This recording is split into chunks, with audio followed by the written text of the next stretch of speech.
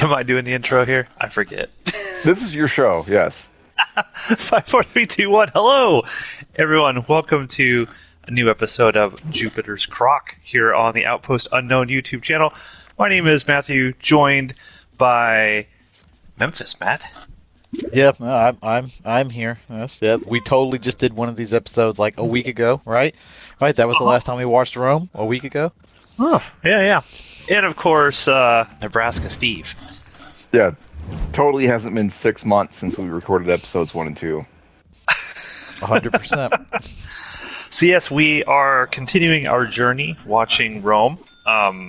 Unusually short amount of episodes, or small amount of episodes total in this series. I thought there was actually more than was it 22 total or something like that? Yep. Is that from season 1 to 2 or just season 1? No, that's season 1's total. got 12, and then season 2 only has 10. I'm aware that season 2 was something of a clusterfuck. Yeah, but that's like HBO behind the scenes stuff, shenanigans and whatnot. We'll get there. So, we're going to go ahead and talk about episode 3, which is called An Owl in a Thorn Bush. And I wrote notes down as I went through this, but I'm very, very excited to see if Plodicus himself can remember everything that happens in this episode. No. Have your notes fucking ready. This is a dense fucking episode. I only remember the stuff where, like, Titus Polos and the Rays were at, like, looking at the stars and talking about whores and shit. That's it. Everything else from this episode is gone. Let's before we dive into it, let's make a mention here, because I think it is important that this show, we talked about when we did Spartacus, right? That there was a ton of stuff going on in Spartacus, and it was kind of difficult to remember. This show bounces so quickly from thing to thing in jumps in time that it is very difficult to kind of discern sometimes what is going on. And this episode is a shining example of that, where I mean, it's got to be less than an hour long, and it feels like 45 minutes is what the timer said. 45 minutes. God, and there's like probably at least 20 different things that happens in this episode. It's crazy. Yeah, they got 2 hours of story in 45 minutes. Yeah. So go ahead, Steve. As opposed to most shit we see today, which is 45 minutes of story in 2 hours. Yeah. It's the exact opposite. Somehow it needs to be done, correctly. You need 45 minutes of story in 45 minutes. I think somewhere along the line we lost that in making movies and TV show. Agreed. Indeed. All right, so as we continue to pad this episode out, it starts with... I got to pay attention to this hand. No, I don't. It starts with... Caesar and Antony giving new orders to Vorenus and Pullo.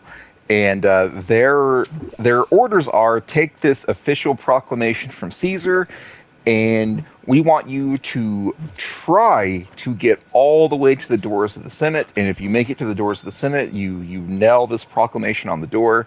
However, if you encounter any resistance whatsoever, that's where your mission ends. Like, this is a peaceful mission. Do not get into any sort of fights. Pullo's like, yeah, okay, whatever, dude. Vorenus is very upset. He feels like the biggest piece of shit. He thinks he is a traitor. They're all going to go to the Rome equivalent of hell. But he's honor-bound to continue to serve Caesar, even though he thinks that Caesar is now basically a war criminal traitor. But he's going to do his duty. He's going to go into town and do this proclamation. Caesar notices that Vorenus is having second thoughts, but Mark Antony tells him, no, Caesar or Vorenus is a good dude. You can trust him. Even though he thinks he's going to hell, he's still loyal to you. He's still loyal to the cause. I figure this sort of thing could resonate with some people out there. Maybe people who might be employed by a government that is in the next couple of weeks about to take a horrible bad. But you're loyal to the job. Shut up. So I actually wrote down. we're just gonna like run right past that comment, Ronan. I wrote down Vorenus's quote, or Antony's quote about Vorenus when Caesar's doing it. And Antony says, quote, he'd follow the eagle up Pluto's ass. So, Vorenus, very loyal to the 13th Legion. Yeah, to his own great detriment, according to him. Yeah. He's gonna do he's gonna go all the way up that ass and then suffer for it. So anyways, there's a large chunk of this episode that's just Vorenus and Pullo off having adventures. They were told, only march until you encounter resistance, and they immediately counter resistance, and Vorenus is like, all right, guess the mission's over, time to turn around, and Pullo's like, fuck no, let's go. Well, why not? The boys look ready, aren't you, boys? They all pulled out their swords. Yeah.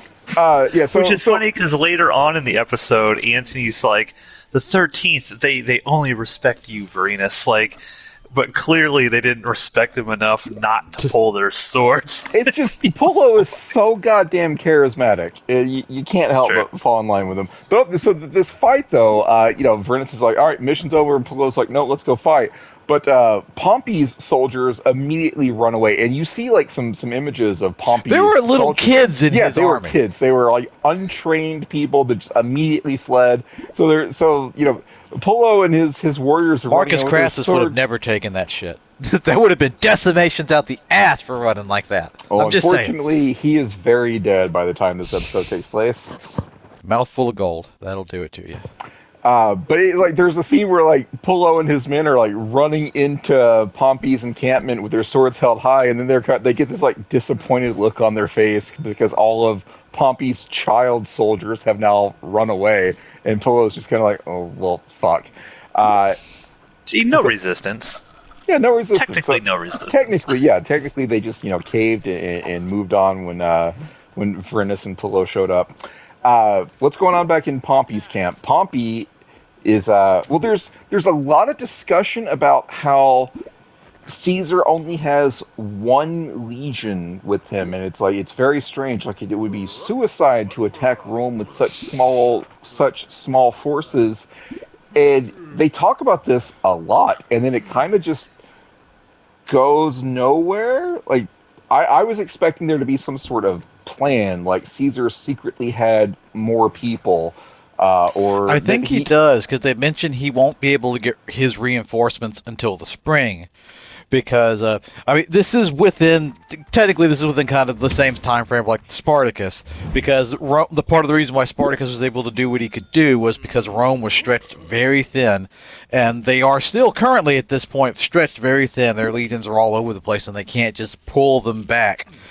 So they need Pompey's private legions, to come in, but they're like 4 days out, and Caesar's small force is going to be there in a couple of days. Well, that's what I was getting at. Like, they keep talking about, like, Caesar's got such a small force, it would be suicide for them to attack Rome, but he presses the attack, and so I was expecting there to be some sort of reveal, like Caesar had some master plan, but no, his plan was just walk towards Rome and everything's going to work out. Is the reveal just that he knew that Pompey was going to cave?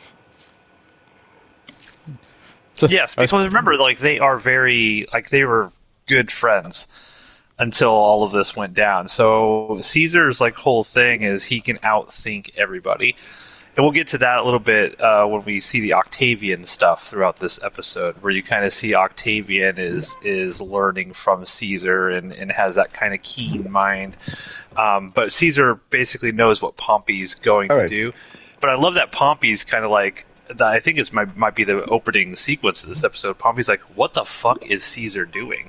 Like, why would he do something this stupid? And he's like, don't worry, I'll crush him. He's only got the one legion. I'll fucking crush him. He's a dead man, sort of thing. But Pompey cannot see the scheming that Caesar is planning. There was no scheming though. Caesar's plan is walk forward, and apparently he's so confident that walking forward will. This is stupid. I'm not doing it anyway. But that walking forward will be enough. Regardless, there's talk about how weak Caesar's force is, how small Caesar's force is. But then, oh no, Steve, no. Come on, give me a king. No diamond. No diamond. God. No whammies. No whammies. Damn it. A whammy. Fuck. Son of a bitch. I've already busted. Son of a bitch. How did you both bust out like that? I don't know. He had an ace, so that the ace beats king. That's how it works, Ronan.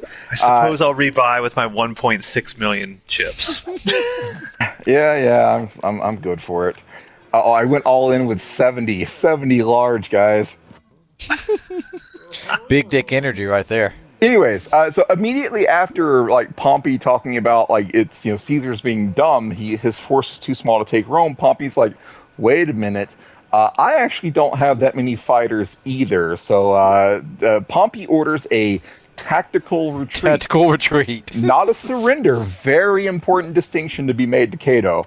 A tactical retreat. So Pompey's like, we will eventually have enough men to beat Caesar, but we don't have them now. So we have to just leave. So like Pompey, Cato calls, he's like, "You pussy, you're just leaving Rome." Yeah, like Cato's over here. He's panicking. He's having a bit of a sad. We'll just say he's being a bit of a bitch. And Pompey is like, "Look, man, it's going to take me at least 4 days to get the legions ready, and then we'll come in and we're going to like just stomp the floor of his ass." And meanwhile, it's Cicero's over here. We're doomed, man. We're fucked. We're fucked. We're going to die. We're fucked. We're doomed. Yeah, game over, man. Game over. I feel like pick up a sword, Cato. Defend Rome. If you love it that much, pick up a fucking sword. Anyway, so Pompey's leaving. Pompey's like, we're going to retreat to another city we control. He puts out a proclamation that all soldiers are to come with him. All noble people that want to come with him should come with him, because anyone that remains in the city is considered loyal to Caesar, and therefore 420, blaze it. Anyone left in the city will be considered, showing their allegiance to Caesar, and so So all the poor people, basically, when Pompey comes back, they're going to suffer. But as Pompey's walking out the door, it's like you would think this would occur like earlier in his thought process, but it's like literally seconds before he is about to flee Rome. He's like, oh, by the way, we're going to need some gold or some shit, right? And so he sends one of his people to basically raid the treasury, like go to the treasury and get as much gold as you can, and load it up and follow us out.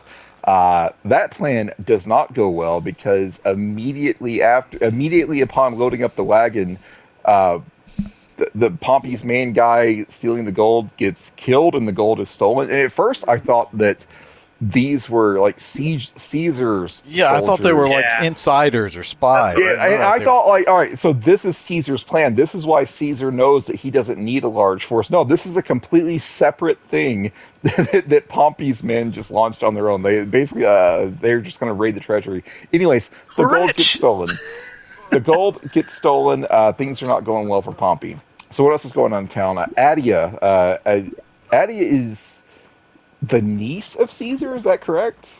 I don't know. I'd like all like so many of these characters are all they're all either fat bald white dudes, or they're all just like wasp women like drinking wine and shit. I can't tell any of them apart. Okay, so Attia is basically like cursing Caesar's name. She's not going to leave. She can't go against Caesar. She can't declare for Pompey because I believe, last week, and definitely not 6 months ago when we watched the previous episodes, Pompey kind of screwed Attia over. Like, Attia tried to get Pompey to marry Attia's daughter, but Pompey went in a different direction. So Attia, feels like she has no allies. Broke up a marriage and everything. Yeah, she feels like, well, fuck, like, I can't declare for Pompey because he is, fucked me over, but also Caesar's going to get us all fucking killed. So she's very angry at Caesar, but she uses the opportunity to try to create her own, little mini kingdom. So she is now basically the most powerful Caesar supporter, for lack of a better word, in town. And so all of these other rich people that don't give a shit about Caesar, but for one reason or another can't leave town, they all go to Attia and are basically like, hey, Attia, please protect me. and Adia is just reveling in this. It's like, oh, like we're. I remember all of those bad things that you did that I hated, but I'm not one to hold grudges. 1,000,000 space bucks to get my support and my protection, and so of course all these rich people they have to do it. So Adia's setting up her own little mini kingdom here.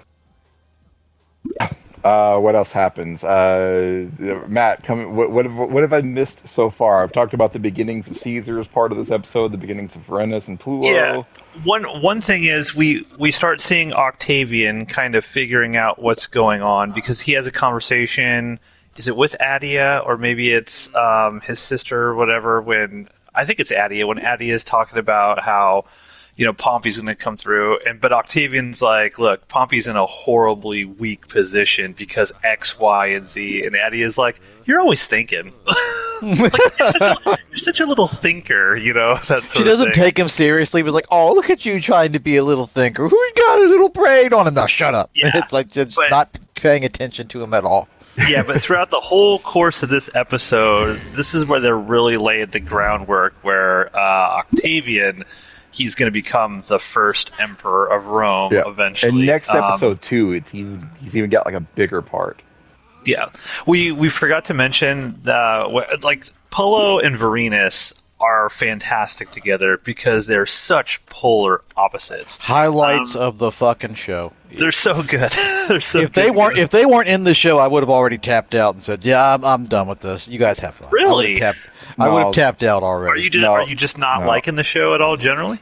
We'll get into that later. I want to talk about this good stuff. Okay. And they have an amazing conversation. So Vorenus is several amazing conversations. So Vorenus is having problems with, was it Niobe is the name of his wife or whatever, and he's been out fighting with Caesar in Gaul for years and years and years and years and years. So and then he came home for 2 hours and then had to go out and fight again. Yeah, and so he's having problems with her. Now we know that Niobe basically had a kid with.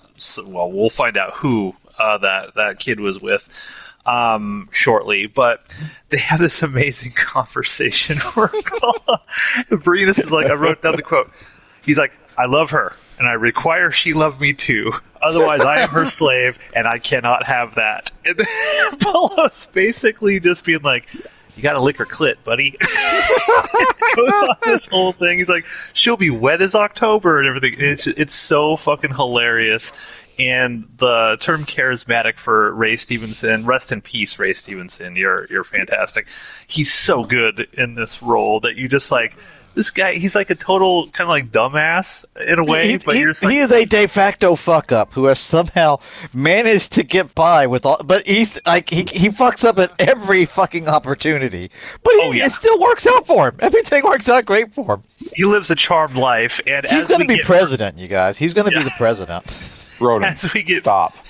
As we get further and further into this season, we will see how Pullo impacts history in many, many different ways. And it's one of the cool things I always loved about this show is it's actually shown from the perspective, basically, of just these two average fighting men. Yes, you got Caesar and Pompey and all that, but the basic storyline here is these two dudes throughout these two seasons, and everything that they just happen to chance into that causes major historical issues down the line. It's like, when you find out what happens with Cleopatra, you're going to be like, oh, good on you, Pullo. Good on you. So it's Pullo's responsible for all this. He talks some shit to the opposite guards, and they tried to stab him, which turned into the Caesar revolt. Well, what was the last episode called? How Titus Pullo Brought Down the Republic.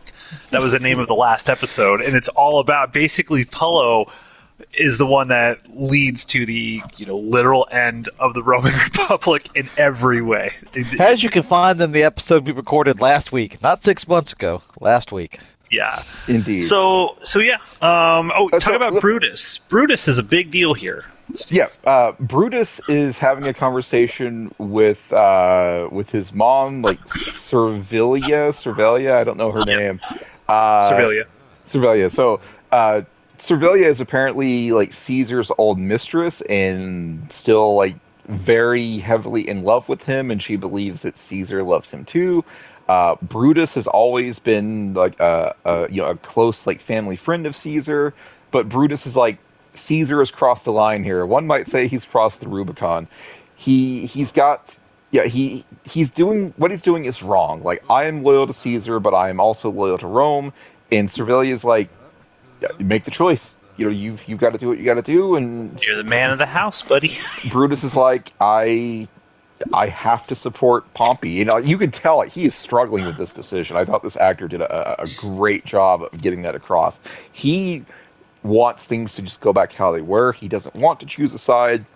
But ultimately, he says, the fate of Rome is greater than any friendship. Yeah. And so Republic is more important. Yeah.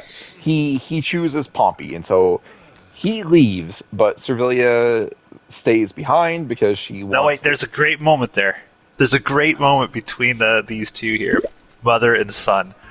And it's when Brutus realizes, because she decides to stay. Servilia chooses Caesar. And Brutus is like, God, you're just really fucking horny for Caesar after 8 years. He literally tells his mom, just go to the slave market and buy a fat cock and be done with it. I was like, holy shit. Like, what a thing to say to your mother. What a thing to say. Yeah, they were very sexually open. It was society. It was the style of the time to tell your mother to go buy a fat dick. That was the style of the time.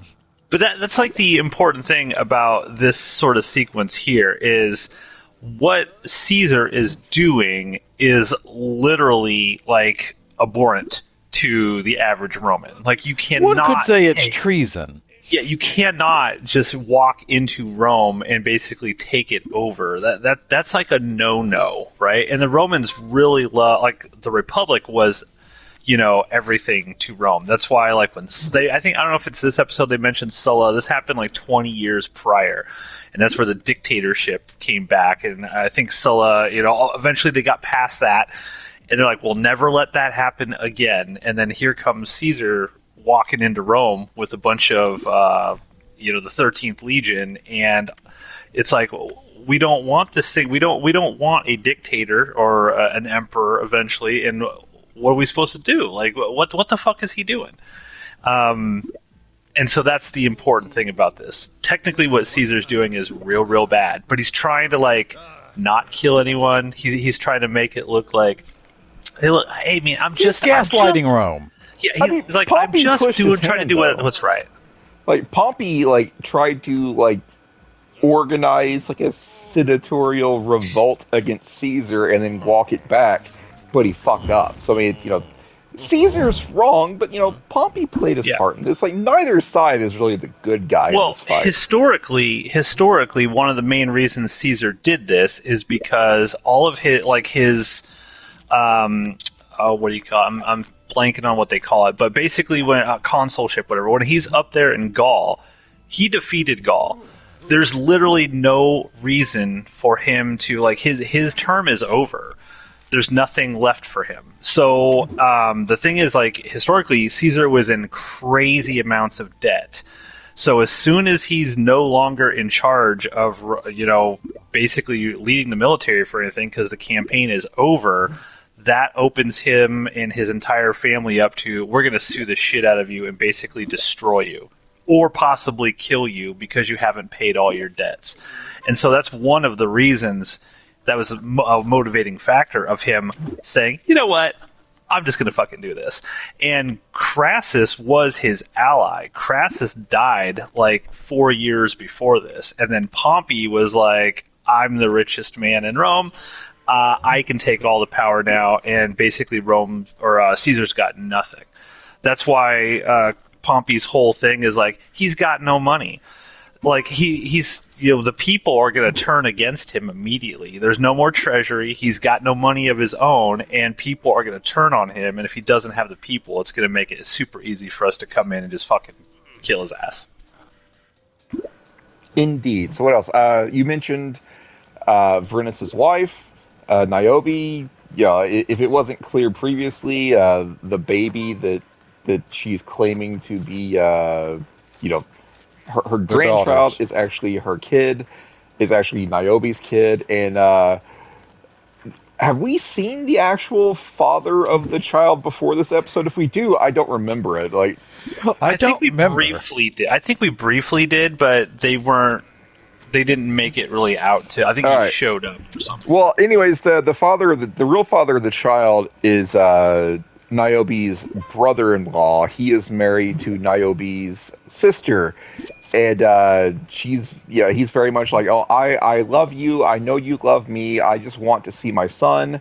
And she's clearly still torn. She still has love for this guy, even if she doesn't want to admit it. No, I'm getting out of this hand. She wants him to leave, but she also, kind of wants him to stay because she still has love there. Anyways, like the whole plot is revealed to everyone in the audience. She had her brother-in-law's kid, and now apparently everyone has been sworn to secrecy. My question is, this cover story that the baby's actually her grandchild. Did she come up with that on the fly, or was that a plan that she had in her back pocket? Like, hey, everyone, just in case my husband actually comes home after being declared dead, this is our cover story. Because she immediately, just fucking pulls that out of nowhere, and everyone in her bubble just goes with it. As including her sister, who was also cheated on, as we'll learn in the next episode. Like, where did this story come from? What do you think? Did she have this in her pocket the whole time, or was this always, or did she just pull it out of nowhere? I think she pulled it out of nowhere because she mentioned she's shocked that he came back. Like, she had no idea or thought that he would actually come back from war. All right, and then I guess everyone just decides, well, we can't say anything because Vorenus will go nuts. Yeah. Because she says multiple times, he's going to kill all of us. They're actually scared that Vorenus will kill everyone, which was an actual thing back in the day. Remember, if your wife stepped out on you, you had the quote-unquote right a lot of times to just straight up murder them. And so I think them and their friends are probably it was a simpler time. Really, we don't want Vorenus to fucking murder everybody, so let's just play along with this. And hope Niobe's sister doesn't fuck it up. Yeah, and Niobe's daughter, whose name that I don't actually remember, she's like, just tell Dad the truth. He'll understand. Tell Daddy. Daddy won't murder us all. And Niobe's like, no, he will fucking kill us. So anyways, that's what Niobe's got going on. The father of the baby, who again is her brother-in-law, is pushing to still somehow be involved, putting the life of everyone else in danger. Was it this episode or the next episode where it's mentioned that they got married when she was 14? Next episode. Okay. Spoilers. That's almost like getting married when you're that young is a terrible, terrible mistake. Yeah. Yep. Anyways, let's go talk. Let's talk about what Vorenus and Pullo are doing. They continue to march forward, and they continue to be like, where the fuck is everyone? We just saw that one camp of little kid soldiers that ran away. What's happening here? Why are we not in more fights? Why have we not seen more of Pompey's people? Eventually, they come across a wagon. This is the wagon of gold that was stolen by Pompey's men, who we all thought were actually Caesar's men at first. But no, these are Pompey's own men who smelled the chance for riches, and so they stole the gold. They they changed all of their they changed all of their clothes, and then they encounter Pullo and Vorenus, and they're like, hey, how's it going? We're Caesar's men. What's the state of Rome? And they're like, oh, well, lucky you. It turns out you win. Pompey has fled the town. And so suddenly it makes sense. Oh, enjoy your victory. That's why we're not meeting any resistance, because, Pompey basically quit. And then Vorenus is like, well, yeah, hey, what's just curious, what's going on with that wagon there? What's in the bag? Yeah, what's in the box? And the soldier's like, oh, just grain. We're just transporting grain. Oh, wait, before I forget, these soldiers with the gold are walking around, and they just, like, grab a random girl that happens to be walking by at one point. I don't know who this girl is. Like, here, up you go. Just grab her. Yeah, just grab her. It becomes very important. Just grabs her right off the street, and this girl has now been enslaved and has been. It was a simpler time back then. Oh, look, here's a nice looking woman. I'll just take her with me. Simpler time. Ronan, you sound very like envious of what they were able to do back in the Roman days. That's a little concerning. I mean, yeah, I'm just Ronan looking forward to what. We know where he's going. No, I don't have to go. I don't have to go back in time. This is just the kind of crazy shit that's going to happen in the next, 6 to 8 years. We're just going to go back to these times. Matt, I don't think we can have Ronan on this show anymore. Anyway, so these soldiers that stole the gold just grabbed this random girl off the street, and now they have tied her to the wagon, and they are just pulling her along. And Vorenus is interested in the wagon. Pullo is interested in how much for the girl? In the girl. She's not for sale. And so what tips him off is Vorenus is like, oh, it's weird how you simple farmers hauling grain in simple farmer robes are wearing soldier footwear. And that's the tip off. The boots of Roman soldiers. And so Vorenus and Pullo and his men go and hunt all these people down because they recognize them as being Pompey soldiers. But then Pullo's like, well, hey, let's go check out the wagon. And Vorenus is like, no, our orders were to march straight to the Senate, and that's what we're going to do. Fuck the wagon. And even though Vorenus is the one that wanted to know what was in the wagon initially. Yeah, that's the thing. Because he's like, "What's in that? I don't think he really cared. He just knew that he saw the footwear, knew that they were soldiers. That was just his way of starting shit. Yes, but he didn't want. He's not supposed to start shit. That's it. Vorenus's motivations are a little fucky here towards the end of the episode, because it's like we're supposed to turn around when we meet resistance, but then he seeks out resistance. And then once the resistance has been fought off, which he's not supposed to do, he ignores the wagon that he was interested in. It's a little fucky. A little fucky. Excuse me. Doesn't the wagon also because during I think there might be an actual kind of in-show explanation, because they start fighting the soldiers, and while they're fighting the soldiers, don't we see the cart kind of go? Because there's a scene where you see the girl getting dragged behind the cart. Cause the oxen kind of walk off or whatever. And the cart goes off, and I think by this point, Vorenus is more kind of concerned with the fact that they're they just got into this battle, and by this point, I don't think he really cared about the cart. I'm just looking for. I think that's probably the show.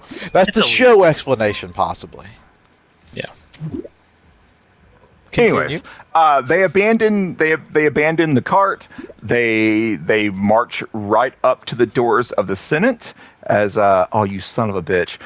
They march right up to the doors of the Senate as our Vorenus's orders. He nails the proclamation to the door of the Senate, and then you hear the narration of Caesar, and he's basically like, I am doing this as is my right. I have been fucked over by Rome, but I am a peaceful God. So anyone who, even if you've turned against me, as long as you are not violent, I will grant you amnesty and welcome you back. Basically, drop your swords and come back, swear fealty to Caesar, and you will have it. We will be buddies again. And then Vorenus turns around and he starts taking off all of his Roman soldier gear. Gives Pullo throws down his sword, dagger, whatever. Maybe he gives one to Pullo. Pullo's like, what the fuck are you doing? I officially retire. Yep, he says, I resign. And Pullo's like, what the fuck? You can't resign? And Vorenus no one resigns the 13th. Vorenus is like, the fuck I can't resign? I did exactly what I was supposed to do, even though I feel like I'm a traitor now. I was ordered to walk towards the Senate and nail this sign to the door.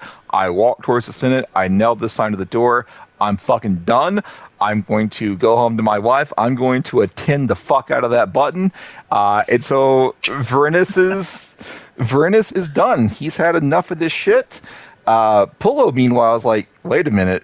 Remember that thing that I saw earlier in the episode? All right, the wagon. So he goes back out to the wagon. And first he frees the girl who was tied to it. And then he looks in the wagon. He sees all the gold, and then he hears Caesar's horns, and he's like, what do I do? What do I do? Fuck it, steal it. And so he puts the girl on the cart. He covers up the gold with a tarp. He puts a robe around himself, so he's not identifiable as a soldier. And he just goes away with the cart. He just pimps away. Yeah. Yeah. So Titus Pullo has now stolen all of this gold. All the gold in the Roman coffers. He steals it. Titus Pullo just fucking robs Rome, and this is a double theft. Like the gold that was stolen has now been restolen. This is a nice double play there. Yeah, by Caesar's own man. Now, there's one thing that you forgot. One plot point in this episode you forgot, and that's what's going on with Attia and Octavia's husband. So Attia does a full kind of Lucretia, where basically she has Octavia's, not Octavia's husband, like her boyfriend or whatever, whoever was supposed to be her husband, the person that her ex-husband. They were married and they forced a divorce. Okay, yeah. Attia just has that guy murdered, straight up murdered. Is that this episode? I remember that happening. My notes for this episode. All right, so I must have just mixed it up because I watched these back to back. I had it happening next episode, but you're probably correct. Oh, okay. Yeah, I had it in this episode. Well, let's talk about it now because it's here. Okay, go ahead. You just covered it. Okay.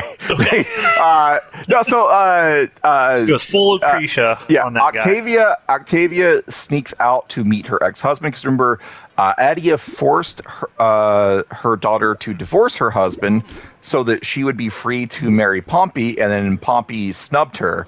And so now Octavia is like, let me remarry my husband. And Attia is like, absolutely not. I want you to marry someone with more power, because I guess her husband was kind of a nobody. So one night, Octavia sneaks out to meet her husband, I guess, in a brothel run by blind people. And someone noticed this and had one of Attia's slaves saw this and sent another slave to follow them.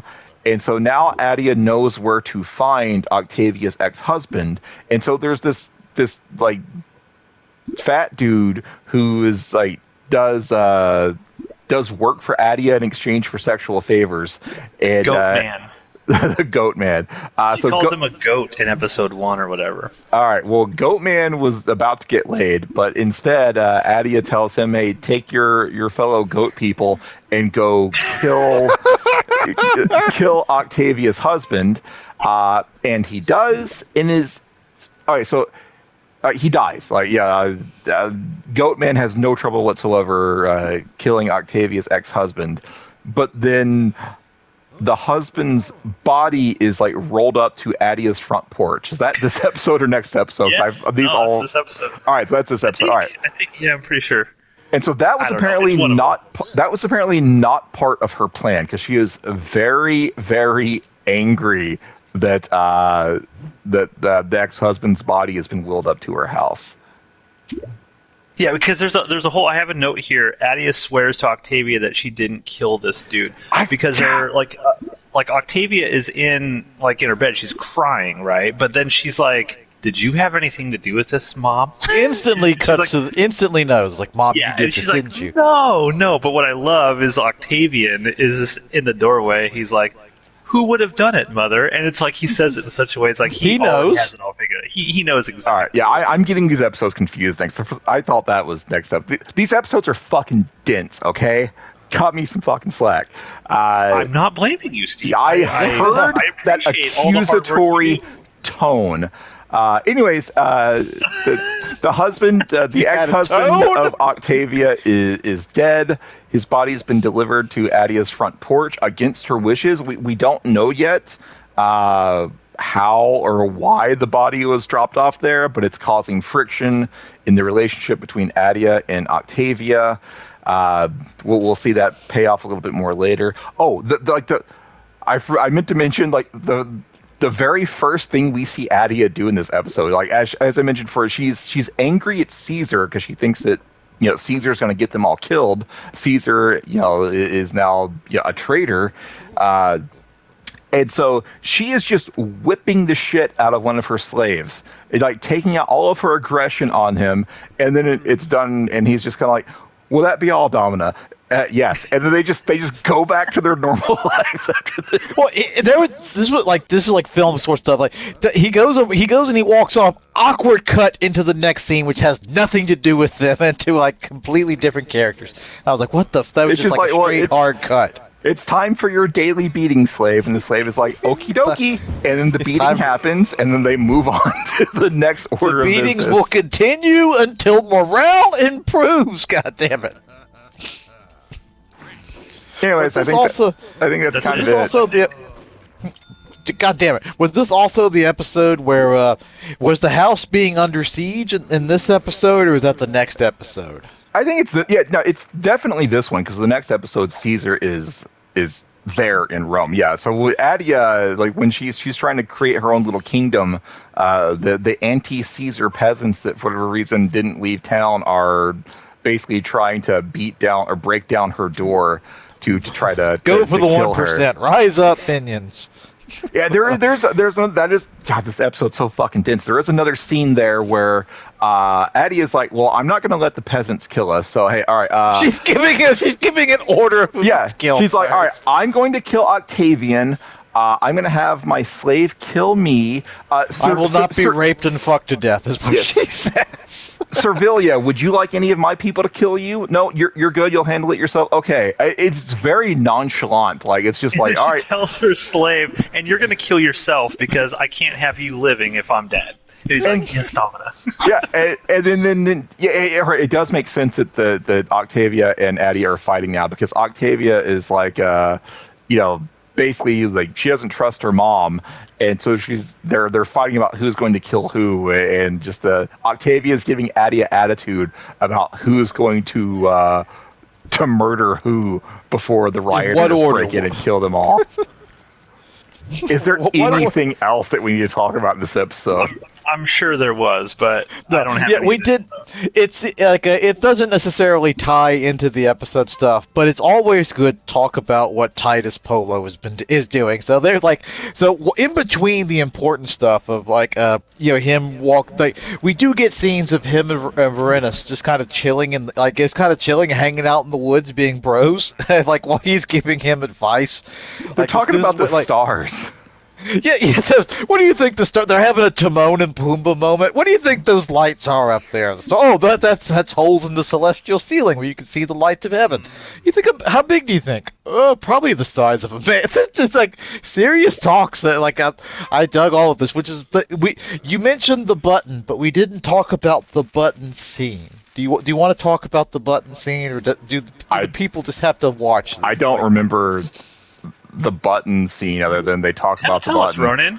Tell us about the button scene. Well, so again, as they're roaming through the woods, Titus is trying to give, because he's a homie, he's a true bro, and he's trying to give his bro some woman advice. It's like which I would never go to a man like Titus for woman advice, but it's also funny to just hear him, because all he knows how to do is fuck. So that's what he's trying to teach him to do. He's like, another thing you must do when you're coupling with her, above the cunt, there's like a little button. A 10 to the button. This is why we did this. Yeah, we did cover this. Ronan's just giving the exact quotes, but yeah, we covered the scene. I don't remember us if we brought it, because you mentioned the button thing, but I don't remember the I just want to point out, I am expected to remember shit from 6 months ago. Ronan couldn't remember what happened 35 minutes ago. It was last week, Steve! Don't break the fucking gag! Don't break the kayfabe! It was last week! You fucker! So yeah, this episode's great. I really 100%. like this episode. Love this episode a lot. I'm more interested to hear why Ronan hates it. So Ronan, why do you hate this show so much, other than Pullo? Well, no. I like this episode because this had an acceptable amount of Titus Pullo in it. It's the next episode where I'm like, oh god, because it's important to note that while we see the story happen from their point of view, which is an important thing, they are side players. They are not the main characters in this story. So like they come around for their like B quest, like like B quest and C quest in the story. And when they're not there, I just like it's much more prominent in the next episode. I do not care about any of the rest of these people. I have a hard time telling them apart from one another. It's like it all blends together, like, and like it's the next episode where I was like, oh god, is this what the rest of the show's gonna be? Oh, fuck. The next great episode. That's not. I suppose great is but that's not how I would have said like boring and dull. But sure, go ahead. You are nuts. I am loving this show. I'm having a great time with it. Yeah, this show's great. Unquestionably. And with that, check us out in two Wednesdays from now. We're dropping these every Wednesday on Outpost Unknown. 2 Wednesdays from now, we are going to cover episode 4 of season 1 called Stealing from Saturn. And we cannot wait to hear Ronan bitch about how boring and uninteresting all the characters are in that episode. So that's it. That's all I got. See you guys in 2 weeks. Psst, 2 weeks is code for 6 months. Hit that like and subscribe. Sound off in the comment section. Don, I can't cut this fast enough.